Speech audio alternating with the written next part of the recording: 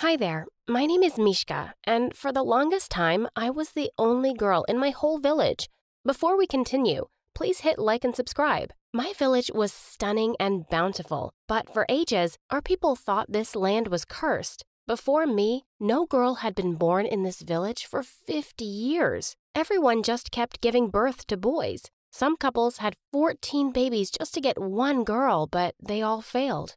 The villagers had to find women from other towns, like my mama, to marry their boys. They were beginning to think Mother Nature had abandoned them, when one day, my mother finally gave birth to a baby girl. Me. The whole village wept with joy and relief. The curse is finally lifted. The divine feminine has returned. The day of my birth was declared a holiday, and I became the town's princess. People came to worship me, taking turns to kiss my feet and be blessed with a daughter themselves. I was made to sit on every pregnant woman's lap. They thought my magic would turn the unborn babies into girls. Being a girl wasn't my only talent. I stunned the entire village when I uttered my first word at only 6 months old. By the time I was 4, I could read long paragraphs. The princess is a genius. I was too precious to be sent to school, so expert tutors were brought in from other cities just for me. Shockingly, I was smarter than most of them. One time, my teacher tried to eat a random mushroom growing in the dirt.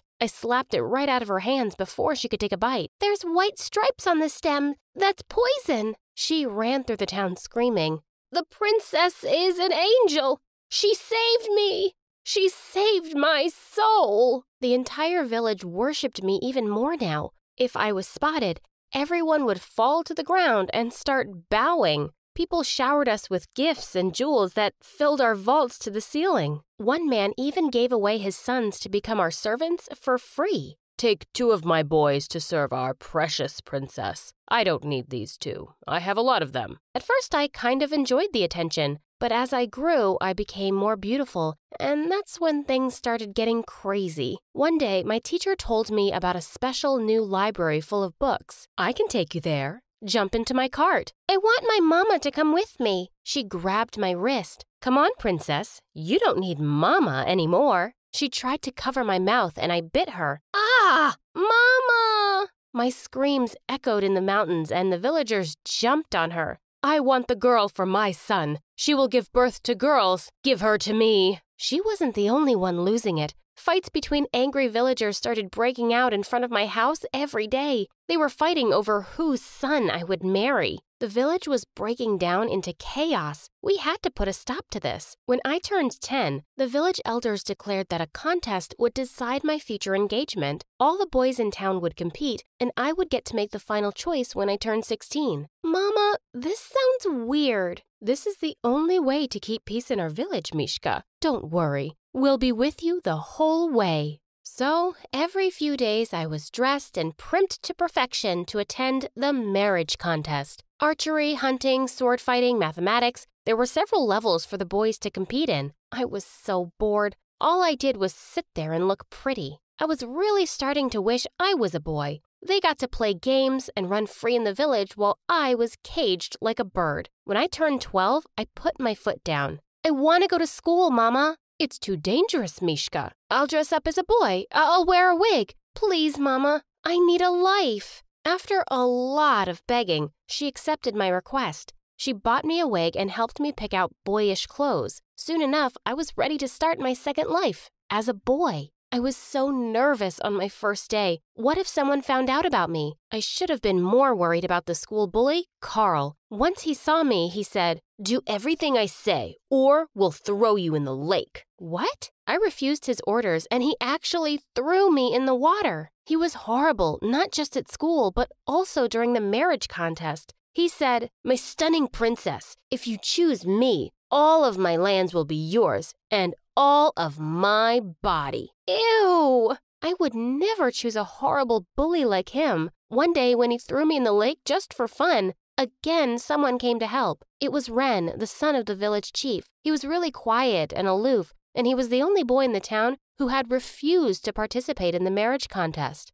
Thank you," I said in my best manly voice as I took his hand. Suddenly he started staring at me like I was a ghost. "Your hair." I touched my head and nearly screamed. My wig was gone. My long hair was loose right in front of Ren. You're the princess. I ran out of there as fast as I could. I was finally caught. What was I going to do? When I went to the marriage contest the next day, I was literally shaking. Did everyone know my secret already? I was stunned when everything was just normal. No one suspected me or accused me of anything. Had Ren not told anyone? Why would he do that? Not only was Ren keeping my secrets, he started following me around in school to make sure no one would mess with me. I told him I could handle myself, but he'd always say, I'm the chief's son. It's my job to protect the princess. One day I just snapped. I'm not a princess. I'm Mishka. If you're here because you think I'm blessed or something, you can just go away. I don't think you're blessed, but you could get hurt if anyone finds out about you. Was he actually just nice? I started trusting Ren, and before I knew it, I was actually falling for him. He was the kindest, strongest person I'd ever met. One day I lost all control and I kissed him. I was so amazed when he kissed me back. I didn't want to do that stupid contest anymore. I just wanted to be with Ren. At the next event, I made a public announcement that the contest was over. People went mad with rage, but I ignored them. Surely they'd get over their disappointment soon enough, right? Wrong. One day, some unexpected guests showed up at home. The entire town, with Carl and his family standing right ahead. They had pictures of Ren and I kissing and hugging. She has been pretending to be a boy to enter the school, and she chose a husband without the consent of any of the villagers. No!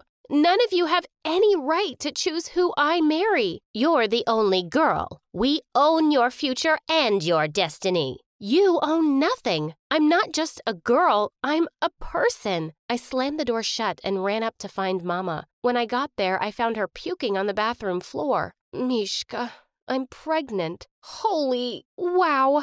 9 months later, Mama gave birth to a new baby, another girl. The whole town rejoiced at Kira's birth, and they started worshiping our family even more. I thought another girl would set me free, but Kira being born was one of the worst things ever. As she grew up, Kira learned about our village's history. She realized that if it weren't for me, she would be the only girl in this village. I wish you were never born. Then all of this would be mine. She would lock me in a room every time Ren came over the house. Why should you get the chief's son? It's not fair. Open the door, Kira. Only if you dump him. Kira tried to get rid of me about 100 times a year. Fake jobs out in the city, framing me for theft so I would go to jail. She tried everything. She was my baby sister, and I was never going to go against her, but she had no problem going around the whole village bad-mouthing me. Carl and his family joined her happily. Mishka is a fake. She wasn't even born in this town. People actually believed her lies. My parents got threatening letters asking them to remove the fake princess. One day, Kira broke all her limits. She showed up to our house with a whole crowd of angry people carrying torches who demanded that I leave our village forever. I told them to eat dirt, and my sister tried to drag me out of the house. That's when the rest of the town showed up. What are you doing to our princess? She's a fake. She's adopted.